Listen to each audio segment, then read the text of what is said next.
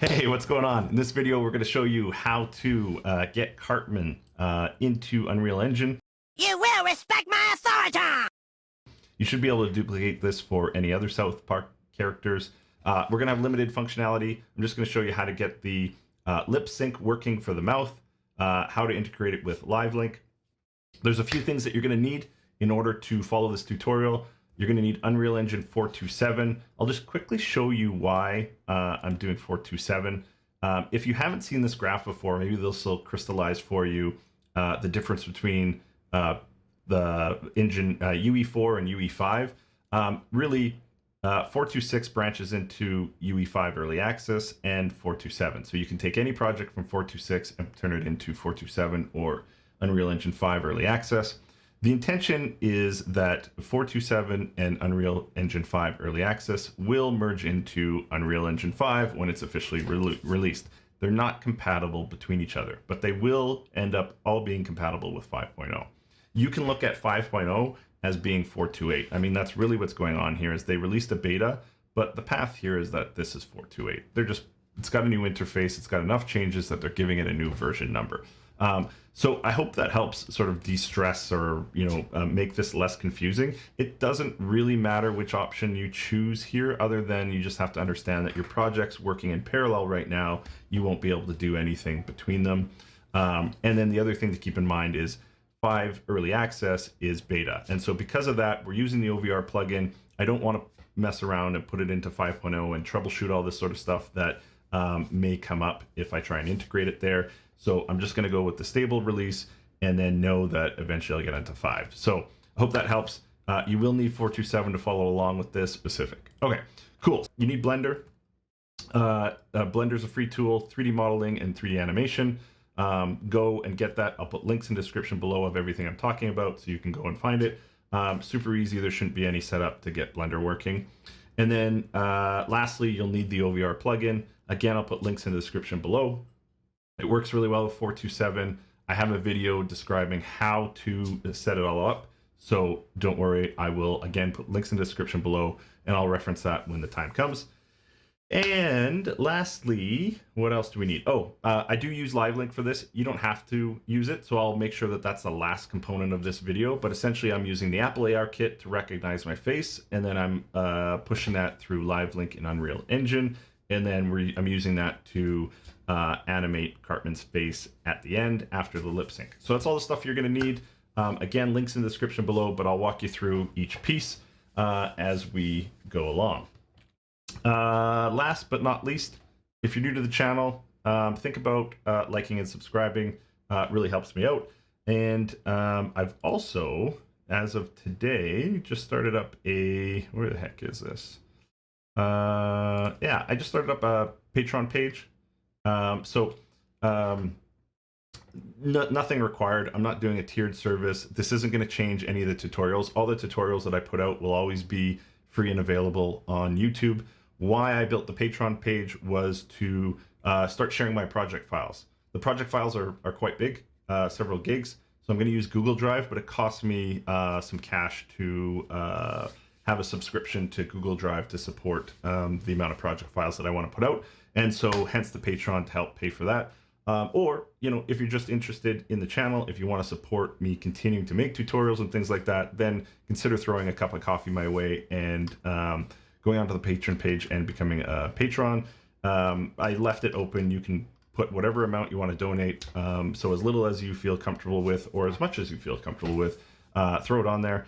And then the bonus there is you'll get access to the project files and the Google Drive and the passwords that I'm going to release for every project that I put out there.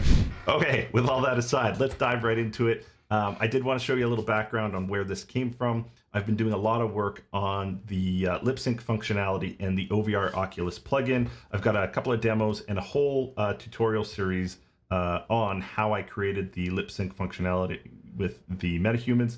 So if you're interested in that, go and check that series out on the channel. Here's this functionality working. I love that you don't care how much money a person makes. You care what they make.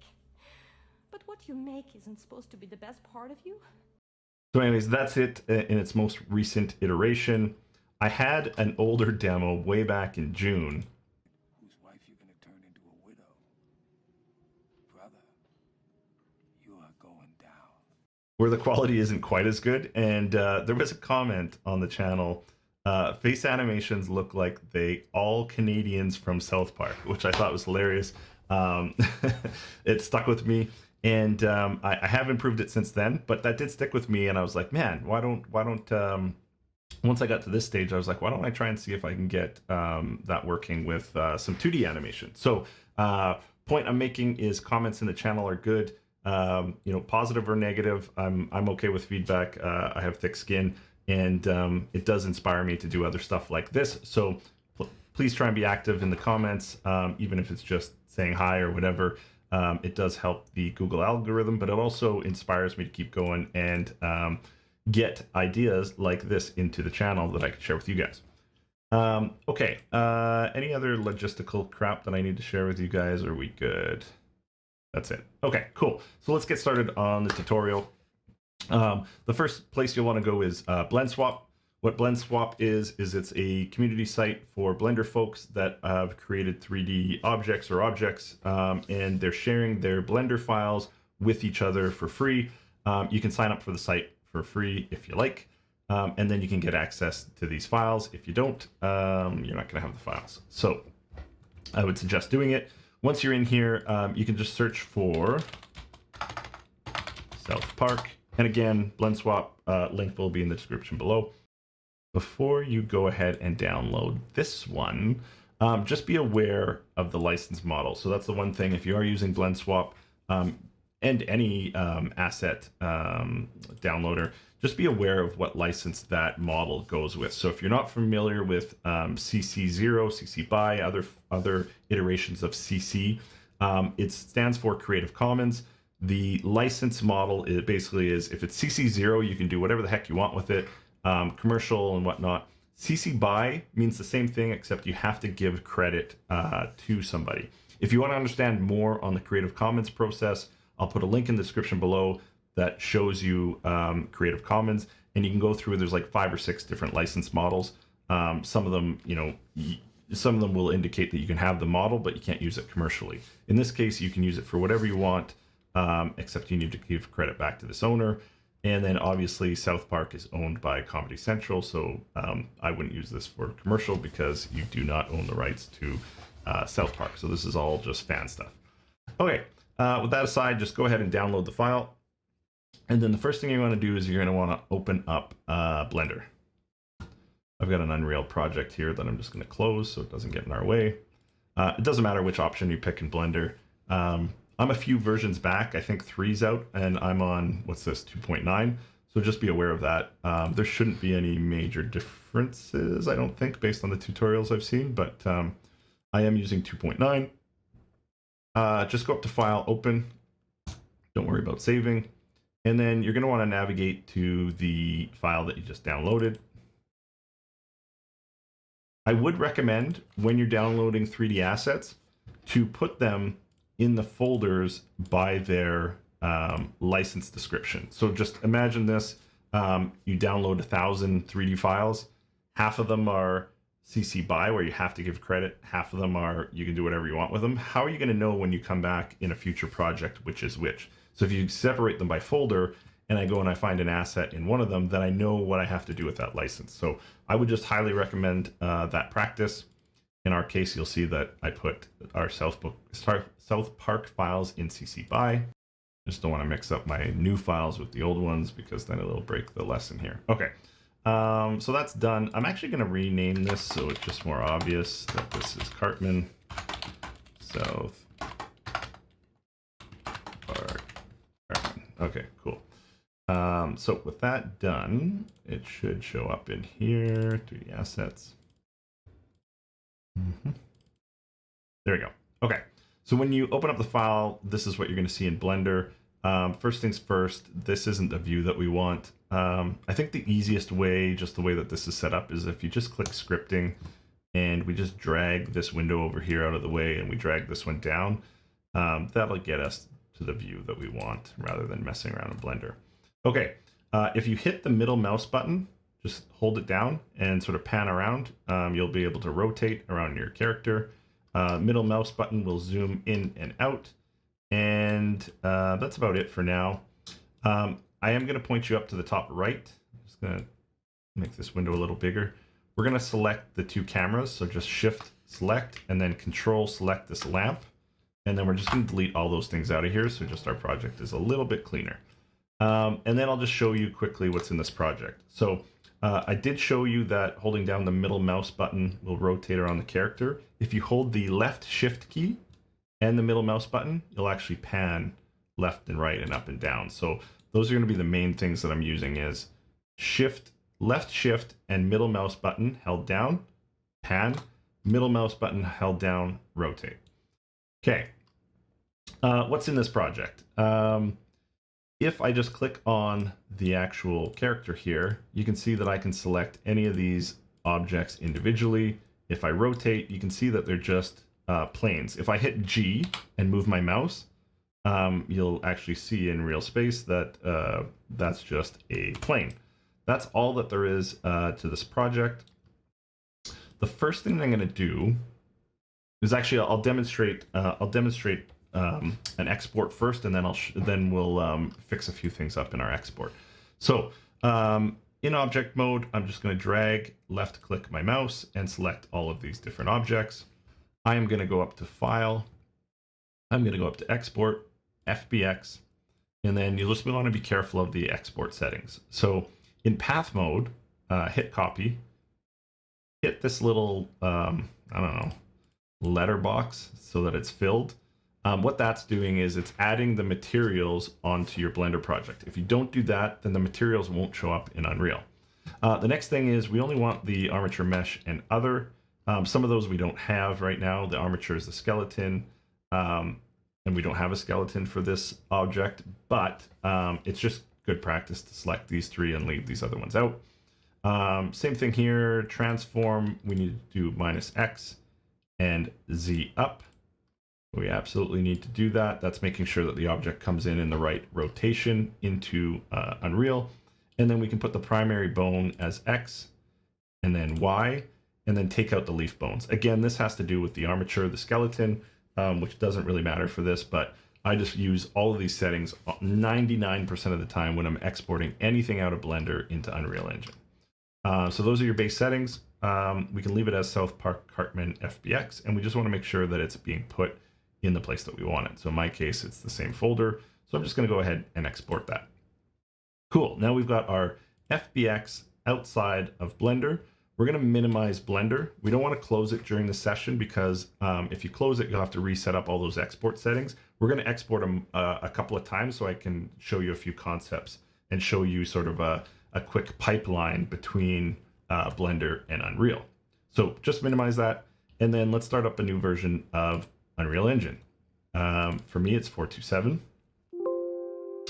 We will pick a brand new game is fine. Doesn't really matter. We'll leave it blank. Blueprints we want. Quality, sure. We don't need ray tracing. Desktop is good. And we don't want any starter content for this. So then we'll just call this South Park and South Park. That'll be our name. We'll create the project.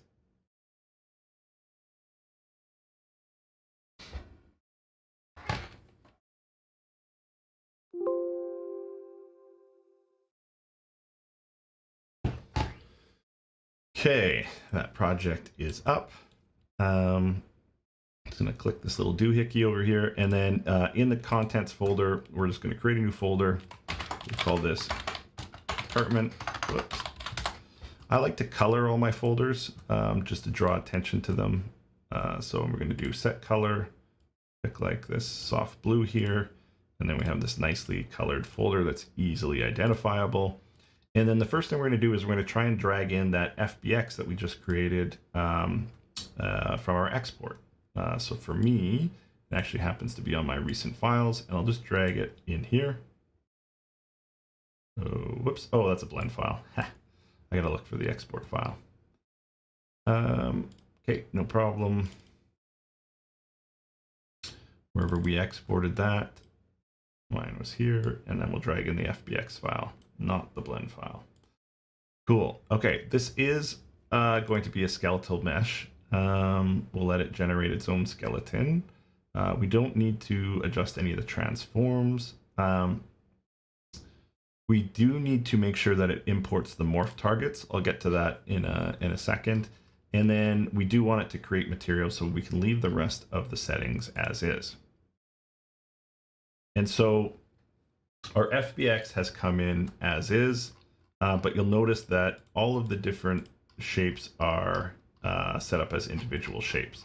So that's no good. That's not what we want. So I'm just going to select everything, delete it out of here, force delete, and we'll go back to Blender and I'll just show you. So in Blender, all of these items are individual shapes. So that's kind of what I wanted to show you, is that if we select them all, and just to be sure, you can always go to this wireframe section and select there. Basically, that's kind of like an X-ray tool. It'll go through and it'll select every vertex associated to the project. Or the other thing you can do is you can select and then hit A for all, and then it'll make sure that it has the entire project. But anyways, we selected all that stuff. And what we want to do is we want to hit Control J. And what that does is it takes individual objects and it turns them into one. So the main reason I wanted to show that was just one, for the pipeline from Blender to Unreal, maybe impart some knowledge there. But also, if we came back and we created a skeletal mesh, or we created, sorry, not a skeletal mesh, a skeletal body for this, or we created morph targets with the body, we might want those pieces individually apart. So you could save the original Blender file, or you could come back in here and you could unjoin these things. There's a way to do it. I forget the hotkey, but it's something to do with J. There's a way in the mesh and the object to unjoin these things. I'd have to Google it to come up. I've done it before. But anyways, we joined all these objects together, so I just wanted to point out that we did that. Cool. So now when we actually export this guy, he's going to come across in one file. So let's do that. File, export, FBX. Because we didn't close this down, all our settings are the same. You can export that, and then we can do the exact same thing in our Unreal project, and we can drag this dude in. We'll have to pick skeletal mesh, import morph targets, yes, and then create new materials. So that's all good. Cool. Now you'll see that he came in all joined together, but he's still not quite right. So if we sort of scroll around this guy and look, you can kind of see what's going on here. You've got some of his stuff facing the right way and some of his stuff facing the opposite direction. Whenever you see something like that, it usually has to do with normals. And so we'll go back into Blender and we'll fix that. So going back here, selecting this object, going into down here on the left, and hitting edit mode, you'll come into edit mode. In edit mode, instead of you selecting the whole object, you're actually able to select individual components and vertices and things like that within edit mode. So that's a big difference between edit mode and object mode. We're going to want to select everything. I'm just left clicking and dragging. And what we're going to want to do is we're going to want to go to, I believe it's over here, this sort of bobble, show overlays. If you click on this drop down, and here where it says normals, you pick, there's a couple of ways to display normals, but if you pick this one, it's basically saying on each face, show which way the normal's pointing. So if I click that, and I click this bobble back, so I went from this wireframe bobble to this colored bobble, and we rotate around the object, you'll actually see that for each object, you can see which way the normal's pointing. So you'll notice that the problems that we saw in Unreal actually are duplicated here, right? So this eye over here, you can actually see that it's got the normal pointing the wrong way. And so over in Unreal, with our Cartman, you actually can't see that eye. It's visible on the other side. Whoop, there, right? So that all makes sense. Okay, cool. Let's close that down. Let's fix those. So let's go through and find all the objects that are pointing the wrong way. So this one, I'm just shift left clicking shift left click, shift left click this eye, and oh, it looks like these two hands are also wrong. You can't tell, but they're actually poking through on the red jacket. So I think that's all the stuff that has the wrong normals. And then what we do is we just go over here to mesh. Mesh. There should be an option for normals. Yep, normals. And we just flip. And now you can see a bunch of them have flipped over to the right way. But there's still some, whichever ones those are connected to, are still facing the wrong way. So we're gonna have to troubleshoot a little bit and figure out what normals those are. Oh, it's this face. So I just hit G there. I just selected this face. I hit G to move it around. Then I hit escape, and I'm just hitting Control Z to put it back. But I still need to figure out which one it is here. So move that. So it's this face and this mouth object. Seem to have some wrong normals there. Okay, let's fix those things. So the face and this mouth object. With those two things selected, let's go to mesh, normals, and flip. Nice. Okay, so now you can see when I rotate around, again, middle mouse button held down, move the mouse, and you'll pan around the guy. You can see that now all of the normals are facing the right way. So we did a good job there. Okay, cool. Let's test that out. So file, I'm just going to save the original blend file. Save, and then I'm going to export, FBX again. We can leave all the settings. This will be red down here if you're ever going to overwrite a file. So it's just kind of giving you a warning. In our case, we want to overwrite the file, so we don't care. And then we're just going to export it. And then this is where the pipeline sort of picks up speed.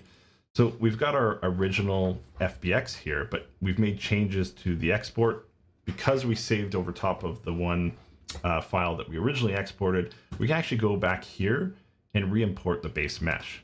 So if you go down in your mesh settings, all the way down to the, where is it? Import settings, you can see the file path is directed to the file that we imported. So when we re-import, it's just going to re-import all those changes that we made in Blender.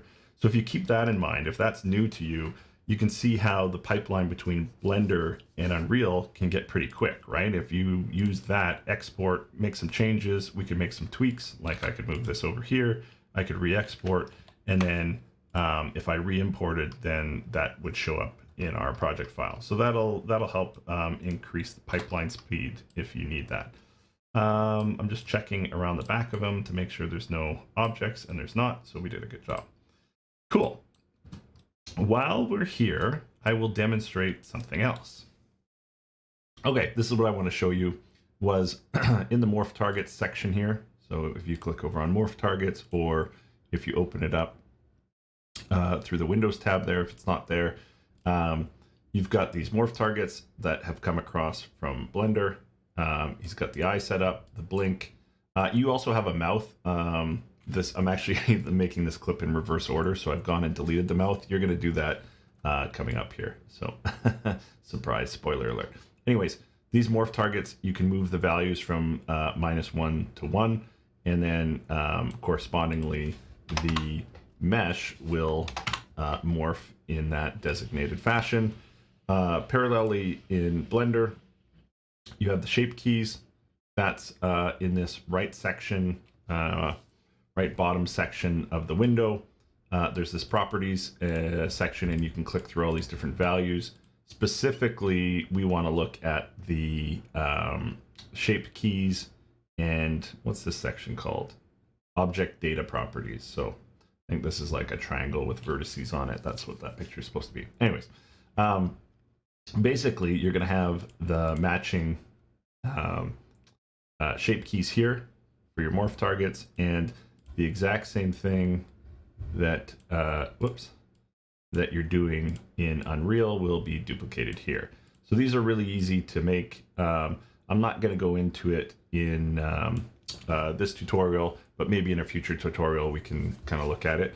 Just know that they're there, and that's where they come from. And then if you really want to learn about shape keys in Blender and morph targets in Unreal, either I can make a future tutorial, or you can see the information out there. It's pretty simple though. You're just basically deforming the mesh on a range against the base value, and then that feeds over into Unreal and creates the morph targets. Pretty cool. Okay, so that's the relationship to morph targets. And morph targets are what's used for a lot of different assets in animating. If you're familiar with the metahumans, that's a little piece of what's happening behind the scenes in getting the metahuman to move. Okay, what's next? We got Cartman in here. We could even drag and drop him into our scene. Just like that. And that's a good start. The next thing I want to do is, if you noticed, if we slide behind Cartman, you can't see anything. So we want to fix that. There's a couple things that we want to do with this. Is we want to, one, we should create instance materials. So I'm just going to do that first. And then now we have material instances for each one of these things. And then I'm going to switch over the materials from the materials to their material instance on the FBX. This isn't a must do, but it's just good practice. The material instances take less processing time. Not that you're really concerned about that with this 2D image, but it's just good practice to use instance materials instead of their material counterparts. You know what? We'll just do it this way. Select the material instance, and then we will hit the arrow key here, and that'll drop it in. Okay, cool. Those are all material instances now. And then what we want to do is, the actual problem is that these materials are only set up to be single-sided. I believe with these material instances, we can go in and material property overrides, and we can just check those two boxes, and then it'll make it two-sided.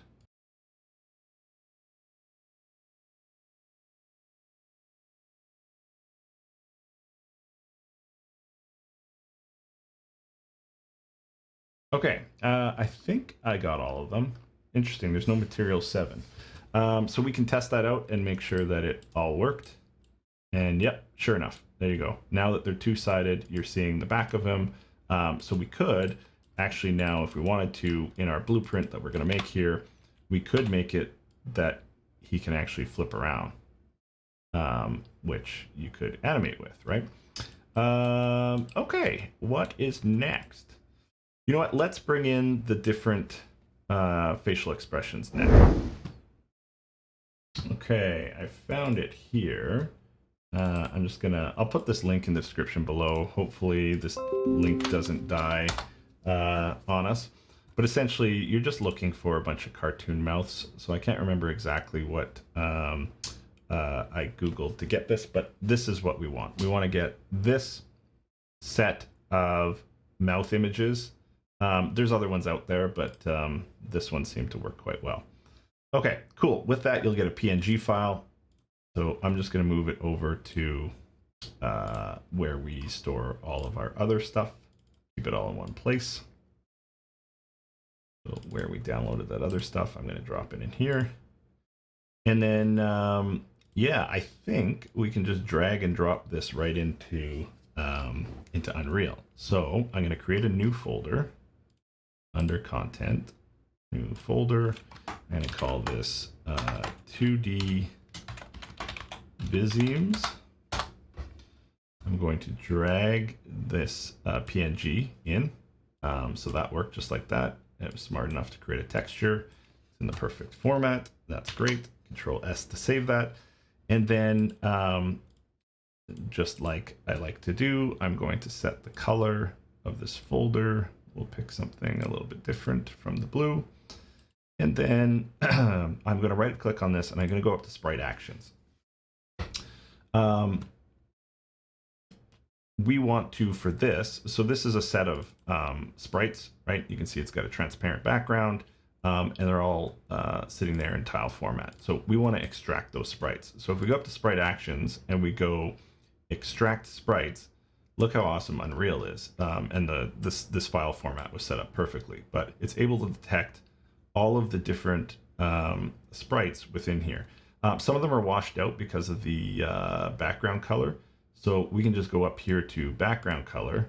Let's just change this to like a dark green, and then that'll allow us to see some of these. Maybe that's still not the best color either. There, let's do that. Now you can see each one of these individually is selected properly, and these mouth ones are visible now. So we're just going to go ahead and extract. You could name these different, but I'm just going to leave it as is. Boom. So now Unreal has extracted all of these sprites for us.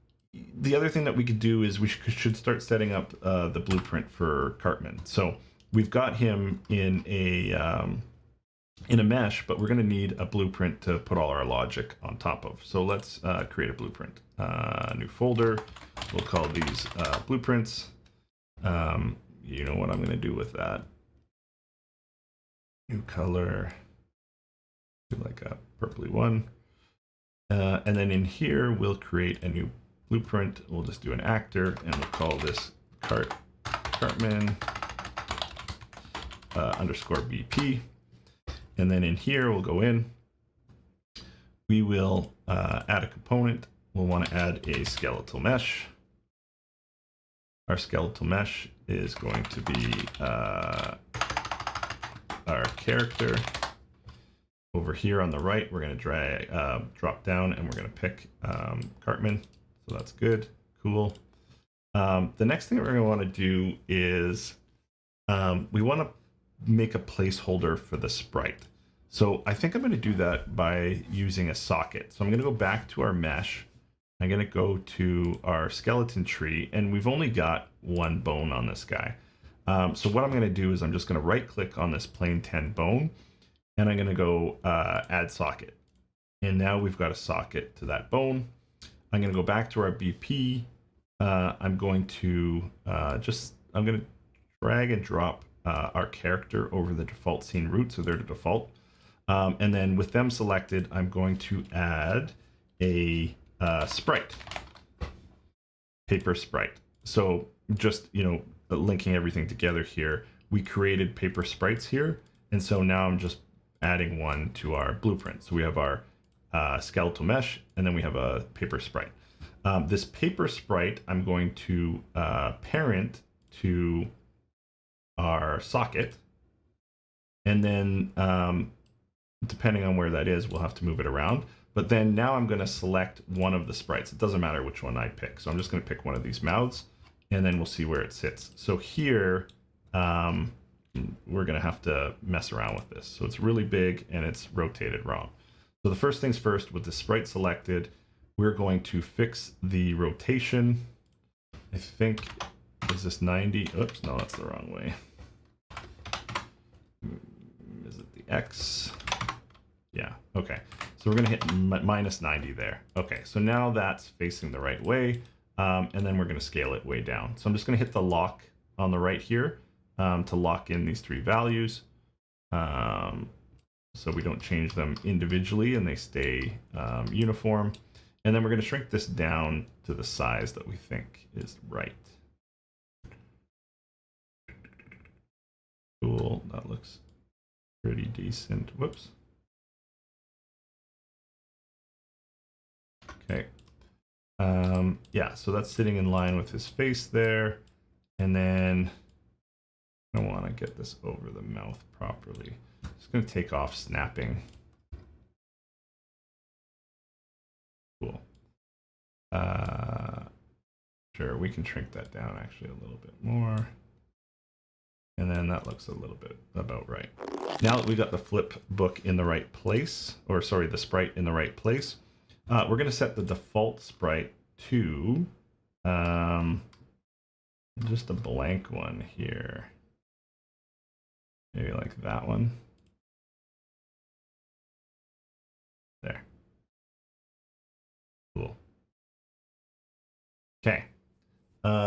We really should have just deleted that mouth in Blender. I mean, we could still go back and do it. Yeah, let's go and do that.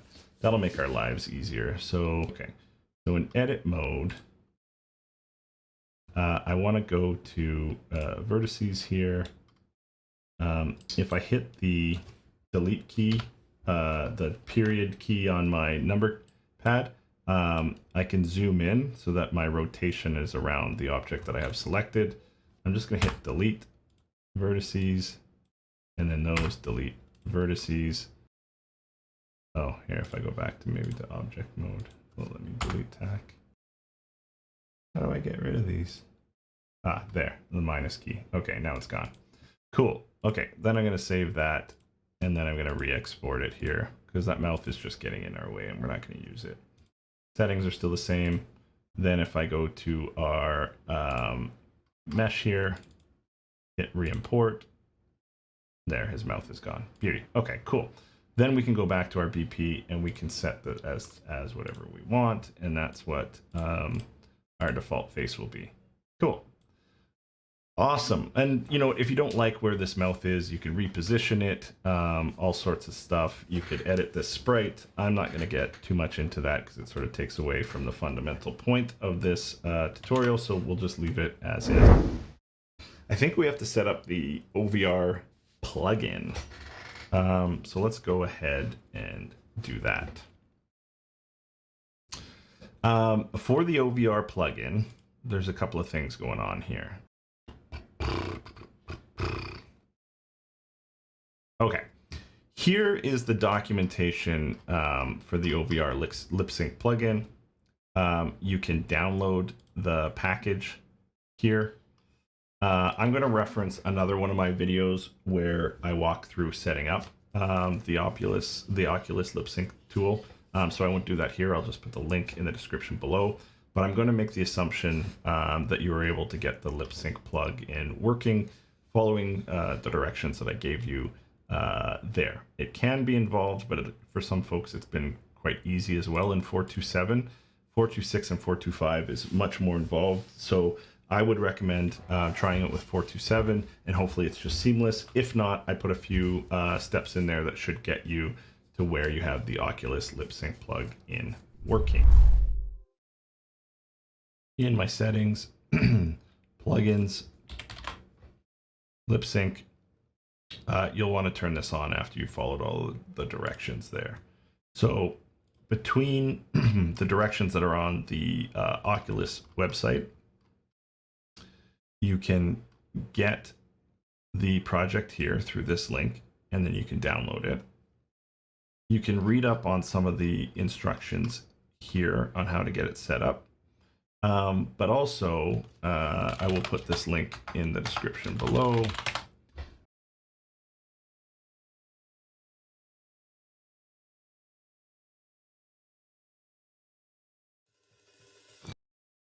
I have this series here where I walk you through step by step how to set up the plugin. So anyways, I'll refer and put this link in the description below, and then hopefully you can get the plugin set up. If not, I mean, throw some comments and I'll try and help you out along the way, but you should be able to get it working. Okay, cool. So with that set up, and then in your plugin section, make sure that you have the lip sync plugin installed and enabled, and then we should be able to adjust our blueprint even further. So in our blueprint, we're going to want to add a component, and we're going to want to add the OVR lip sync playback actor. Make sure you click the right one. There's 3 there. And we're going to want to add a audio component. And we're going to want to pick a sound for that. So you can get your own sound files. But again, I'll just show you what I did. Where is it? Put this link in the description as well. Here. So what I did is I navigated here. I found a soundboard. I found a whole bunch of different Cartman sounds. Ah, damn it, not again! You can laugh at this. So I'll put this link in the description below. With this one though, if you just turn on enable downloading, it'll open up this other branch, and then you can just download the file here. So the file that I actually grabbed You will respect my authority! is this one, respect, right? So I just hit this little download icon. Cool. Once you get that, I believe that it's in, is it an MP3 format? It is. So what I like to use to convert my MP3s to, you know what, I'll just do an example here so that you can follow along. So we'll just find one. Here, sweet. Sweet. Okay, I'm just going to download that file. Awesome. Okay, so we want to take this. Again, I'm going to put it where all my files are so I know that they're all together. South Park. Yeah. Okay, cool. Then with this, I'm going to use Audacity, another free program. So I'll put the link in the description below. Basically what you can do is you can drag the file in here. And then you can file, export as a WAV file. That's the format that Unreal wants. And we'll just leave it as sweet, save. Okay, done. We can close that, and then you don't need that anymore. Nice. Okay, so then with that exported, you just go to where that file is.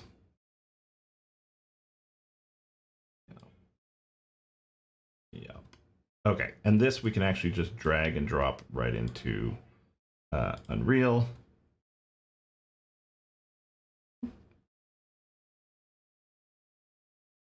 New folder.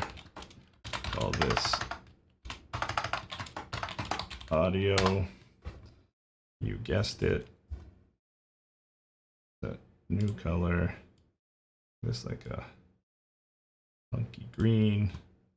Cool. And then I'm going to drag.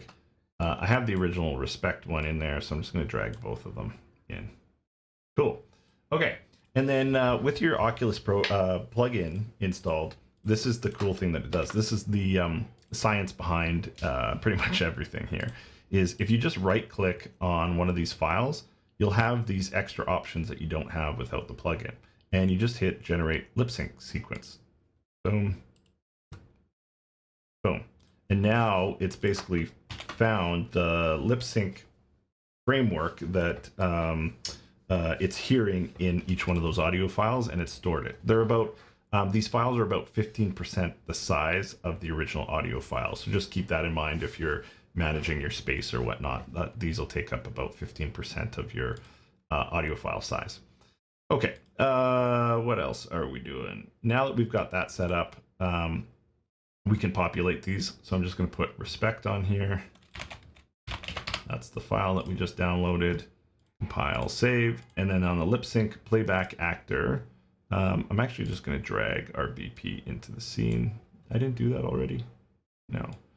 Okay, we'll drag Cartman into the scene.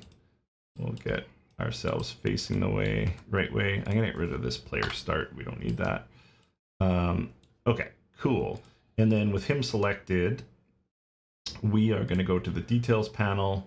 We're going to drag this down a little bit. And so we have the audio file on there for respect. And then we need to make sure that the corresponding sequence file is on there. So this file is what tells the system what mouth movements are there. And I'll show you what I mean by that in a second. So if we navigate back to this Oculus site and we look at some of the documentation, there is a link here called reference images.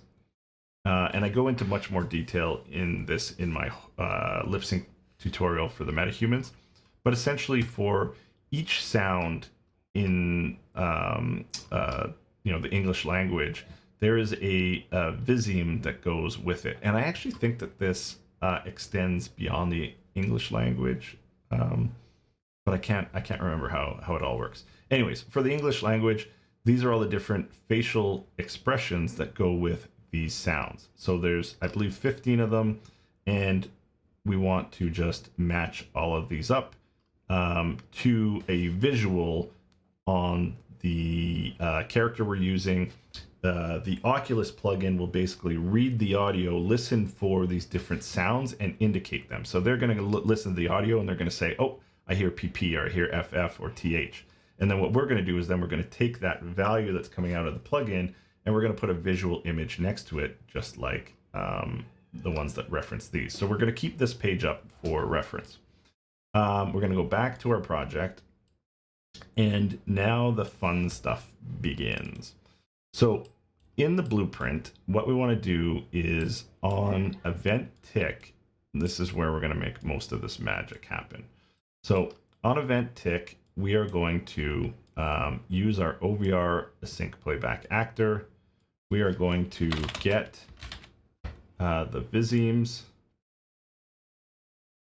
We want the names. I'm just trying to think how to best do this. We'll get both for now. Get Viseme names. And so what that's going to do is that for every event tick, for every piece of audio, it's going to spit out in this array, it's going to spit out the values for each one of those visuals, each one of those Visemes that are available, right? So if we go back here, for every second that goes by or every piece of the audio file that we analyze, it's going to put in a value for each one of these, okay? And that's what the array is. So it's going to send the name and it's going to send the value along with it. Okay, let's carry on here. So a couple of things that we're going to want to do is we might as well store these arrays. So let's promote them to variables. Promote to variable. We'll call this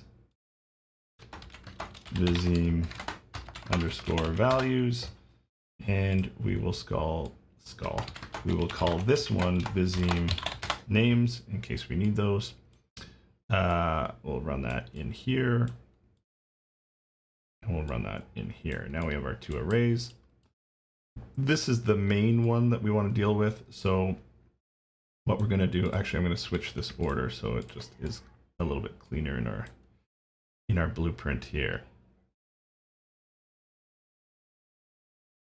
Oops. Cool. Okay, because we're going to run the for loop on this guy. So I just want to have him in front. Okay, so we want to say for each loop we want to do with break. Do we need the break? No, we don't need the break. So for each loop. So essentially we're going to run through the array until we've gone through the entire array. The array is only 15 values long, so we know this is only going to run 15 times. That's why we don't have to worry about a break or anything like that. Okay, the next thing that we want to do is we want to do a bit of an if statement here. So essentially what we're going to try and find out is we want to run through the array and we want to find out what's the highest value. So if I'll just explain this a little bit so you know where my logic is at. So when this runs through on the event tick, every second that it's analyzing the audio wave, it is putting a value in not just one of these. It's not saying which one of these is it hearing. It's actually putting a value from, I think, 0 to 1 of how strong it's hearing each one of these. So for example, on a sound that maybe overlaps between O and U, maybe it's got sending out a 0.4 on O and a 0.3 on U. And why that's good is that with the metahumans, where we're using blend shapes and we're combining them all together, it doesn't matter if you have a little bit of an O or a little bit of a U sound, it'll blend those together and it'll find the difference. But in our case, we want an absolute. We don't want it to blend our two 2D images together because it'll just make a mess, right? We can't do anything with multiple values. So what we want to do is for every sound that it's analyzing, basically we want it to find a winner between all of these. So which one of these is the most prominent? So what I'm going to do is just cycle through the array and find out which one has the highest value.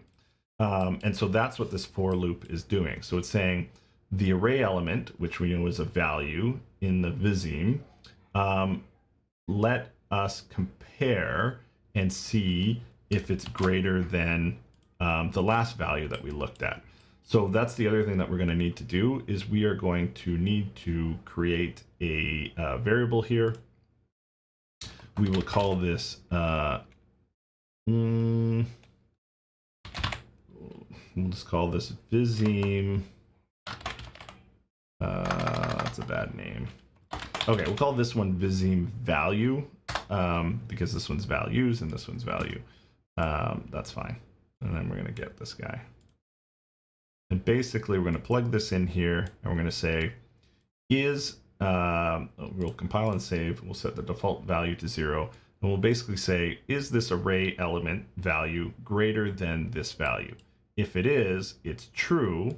And then we can then set the Viseme value. So set Viseme value to this value. Right? So it's essentially saying,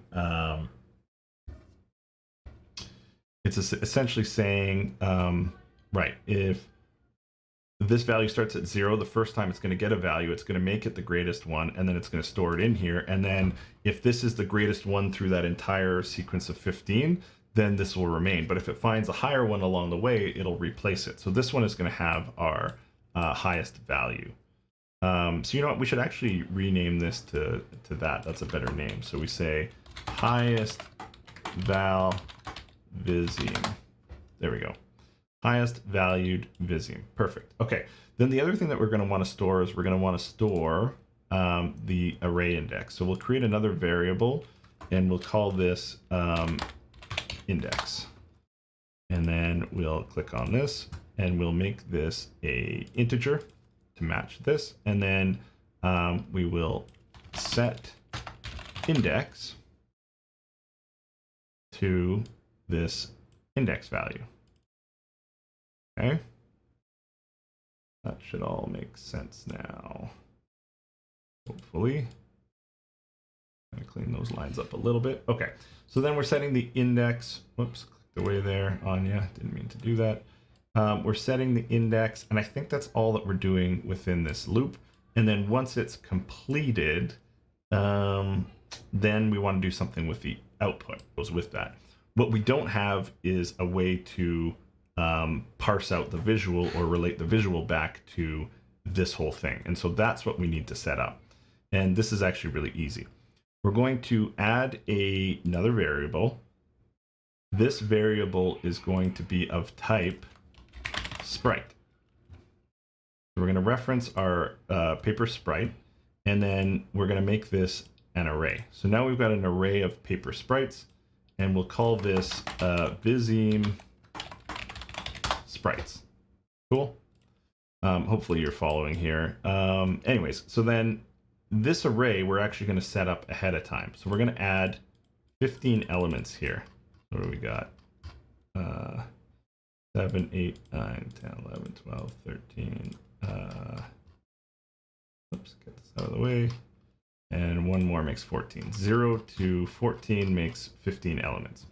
Cool. And then this array, because the index is going to be the same, we are going to match it to this set of pictures. And we're lucky, Oculus did a really good job, and they the sequence and the index number goes from 0 to 14. So it's actually perfect. So what we can do is we can just go along and pick the paper sprite that we made earlier to match these facial expressions. So 0 is silent.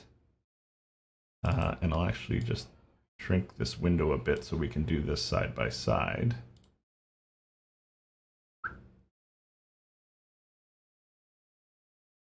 There we go.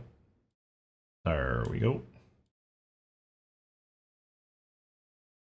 Okay, so yeah, well, you're going to want to put each one of these in here. So silent, we're going to pick one of these pictures that just looks like the silent expression. So it's going to be one of these closed mouths. I think this one should represent silence. Then PP, we're going to find another, like, you know, somewhat closed mouth. We don't want the teeth. Any of those. What's our best representation of I guess it could be, you know, maybe something like this.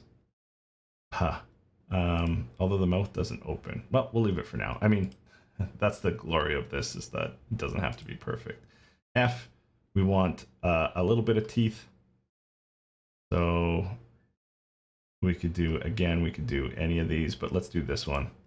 That looks like F. Let's go TH is next. There's a little bit of tongue. So let's pull in one of these with the tongue. Perfect. The tongue on the teeth. DD. It could be any of these. Duh. Right? Little bit of teeth, open mouth. Let's just pick one. Happy sound. K. Same thing as D. We'll just pick another one that kind of looks like it. We'll pick that one. And you do what you want. You can experiment, but this is what I'm doing. So for ch, we're going to put full teeth like this, right? Either this or this one. Doesn't really matter. S, we're going to put, there's got to be some teeth in there. And maybe the other tongue one. Yeah. Maybe this one. Okay. And then N is a little bit of teeth there as well, and maybe some tongue in there. We can do the third tongue that we haven't used yet. Let's do that. There's no science to this. I'm just deciding as we go. R, a little bit of a smaller mouth. It doesn't really matter. No teeth is there, so let's just do. Let's do an open mouth with no teeth. Let's do that one. That's R. A should be an open mouth here. E, again, another open mouth. Let's do that one. And then we've got O. No, I missed. Doesn't matter. We can pick any of these. Doesn't really matter. Just pick one that we want. Here, let's go with that. It just has a different look. And then, we really want to make sure that it has the circle. So if I recall, this first one was the big one, and then the second was a little bit smaller. So we'll try that one. And then, maybe we pick the same shape. Doesn't matter if we recycle shapes here. Okay, so cool. That's our Viseme array. We'll get rid of this for now. We'll put that in. And then now we basically want to say, after you've determined a winner, then using this index that we stored, grab the matching Viseme out of here and show that on our character. So then we just go like this.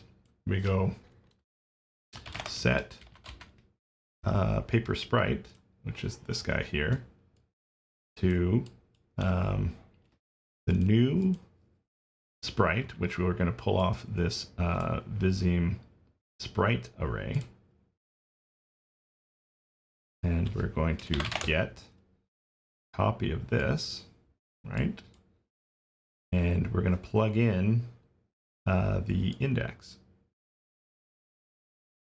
that we saved up here, right? So we found out which value is the highest. We stored it from along here. And then when it's done, we're taking that highest value, getting it from the array we just made, and then setting it to our character.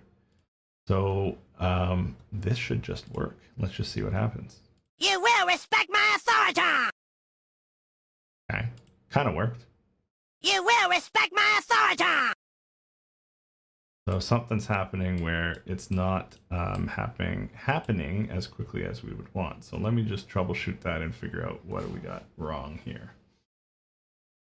So let's just run through this logic quick. Oh, I think I know what the problem is.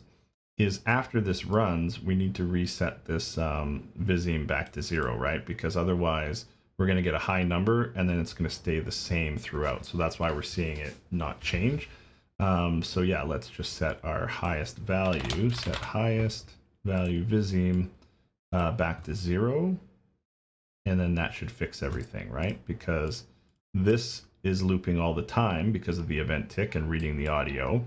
And then every time it goes through the event tick, it'll run that loop, find the highest, it'll put it in here, and it'll reset it back to 0 after. So let's just see if that fixed it. You will respect my authority! Oh, there you go. So that worked. Cool. That was a bit long, so I'm just going to take a little break here. But yeah, that's cool. We got it working. You will respect my authority! Okay, a couple other cool things, right? So we've got the one audio on there. You will respect my authority! But you actually can just go here and you can change this out to, what was the other one that you downloaded? Sweet. So that'll change the audio, but we also need to make sure that we change the reading of the lip sync frame sequence. So this one, you remember we generated this earlier. We just add that on there and then we hit play. Sweet. Sweet. Boom. So it's really cool, and cartoons are really forgiving. So, you know, you could go in and adjust the array however you want it to sort of look. You saw how I set up that array. I just used a sort of quick logic. The other cool thing that you could do is we could literally, you know, grab any asset. So let's just do that.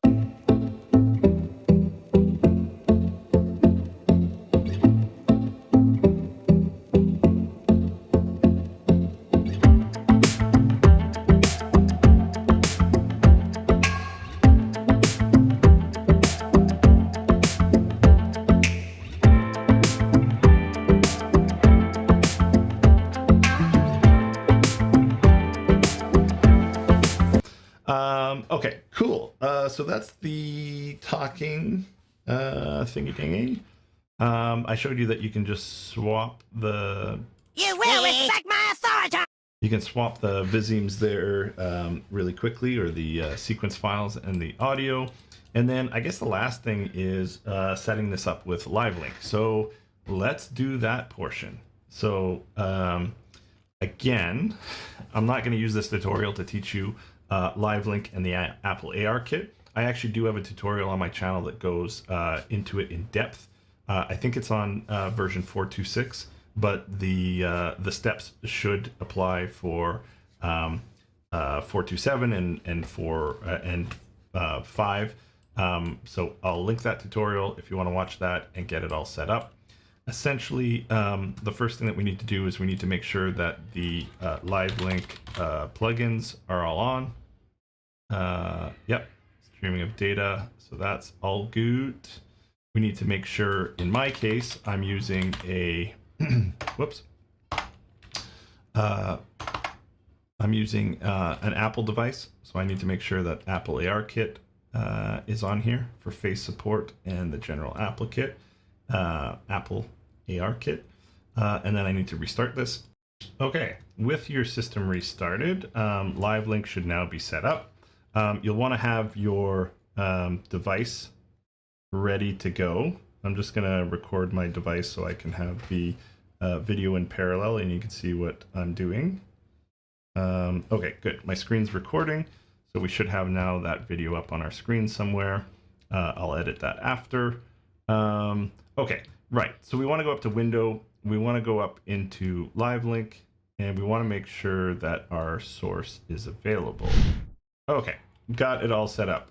My iPad was on a different Wi-Fi than my computer. Okay, so now that they're on the same network, we're all good to go. So in what I was trying to show you is in the Livelink screen, you should have a device showing as green, and then you're good. If not, there's either something with the plugin, your device may be on a different network, etc., etc. So figure that out, and then once it's green, we should be good to go.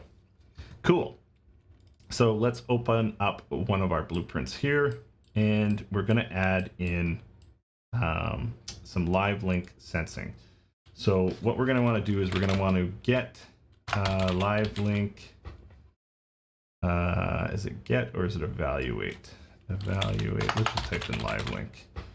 I think it's evaluate. Yeah. Evaluate Livelink frame at scene time. Evaluate Livelink frame. I think this is the guy. Yeah, cool. So basically that's just making sure that the Livelink source is valid. And then if it is, it's going to run the code here.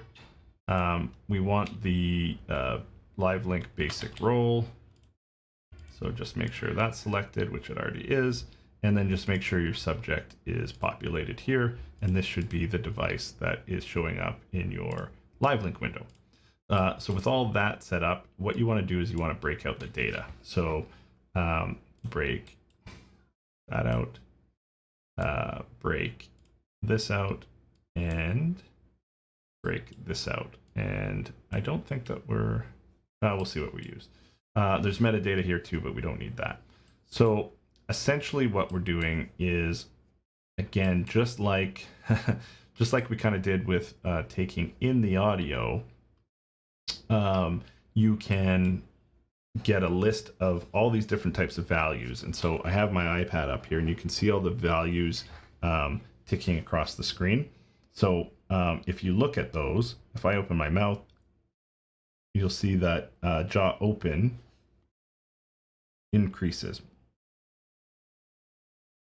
So it goes from 0.2 all the way to 0.9.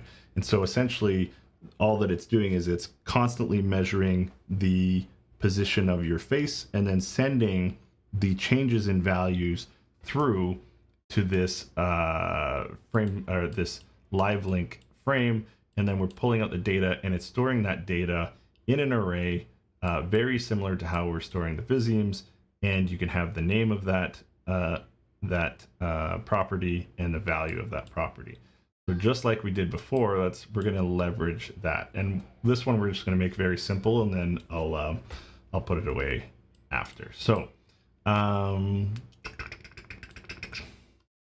we should actually say this is invalid, and then we should say when it's valid, run our new code. So essentially it's saying if it has a valid Livelink sequence, then run the Livelink. If not, then run the code that we already had there. That's how we'll make that work. So what do we want to do? We want to get these arrays. So we're going to promote this to a variable. We're going to promote this to a variable. We're going to call this ARKit names. And we're going to call this ARKit values. Okay. For this demo, we're using the Apple ARKit. Cool. We'll run that off of this, and then this will set this one. Okay. And this one, in this case, we're actually going to look for very specific values. So in the previous instances,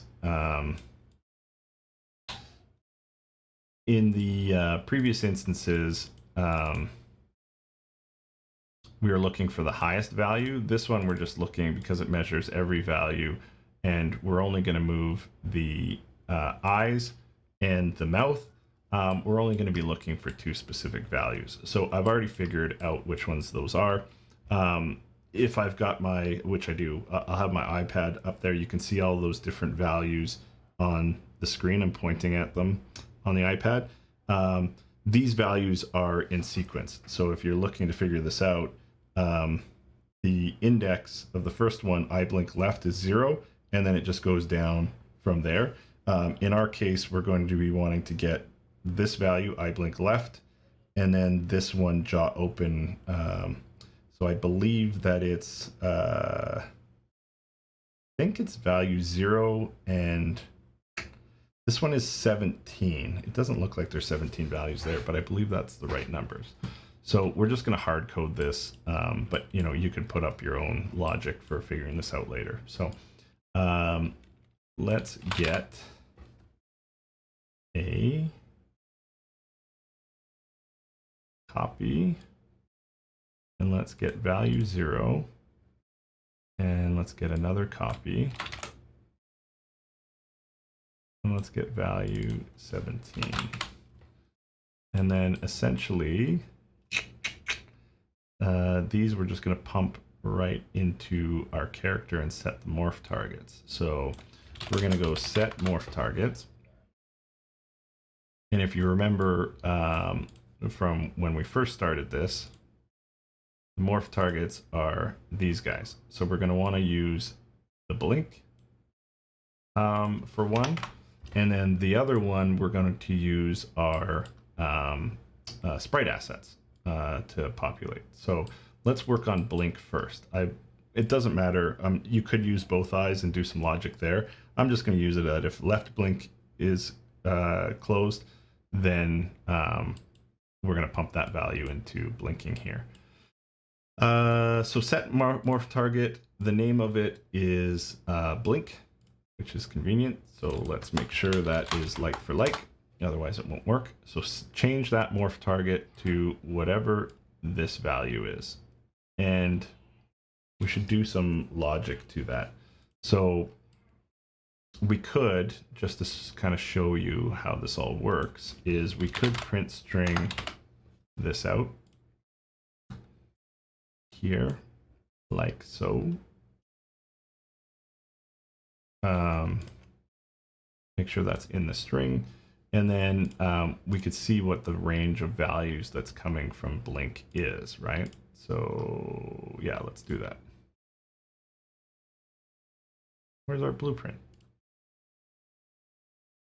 Did we take him out of here? I remember deleting him out of here. What the heck? Where's our potato and our... Ah, there we go. Okay, cool. Let's let's test this out, and it should print string when I blink. You will respect my authority! So we have some numbers to work on, right? It goes from 0 in our output log. We should be able to see that it goes, you know, from some 0 values there to 0.23, 0.78. Yeah, so it's a value between 0 and 1, which is perfect because that's the value of our morph target. So then let's just delete that out. We know what value is coming across. And then let's just dump that right into our character, and let's just see what happens. You will respect my authority! Huh.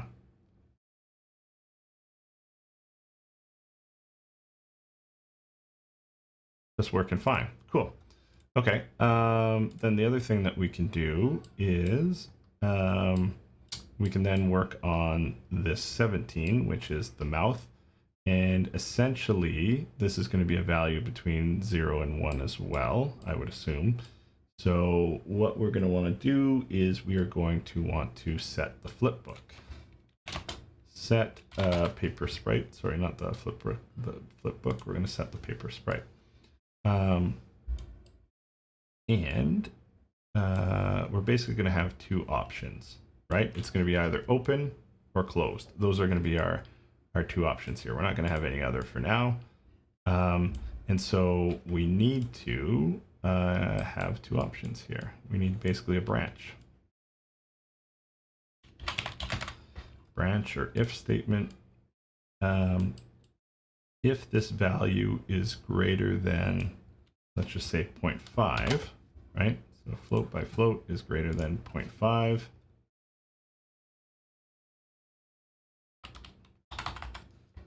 Right? If jaw open is greater than 0.5 and it's true, then run it into this sprite and then pick an open mouth value, right? So we'll find this this one here. I skipped the first one because it's just oversized, if you recall.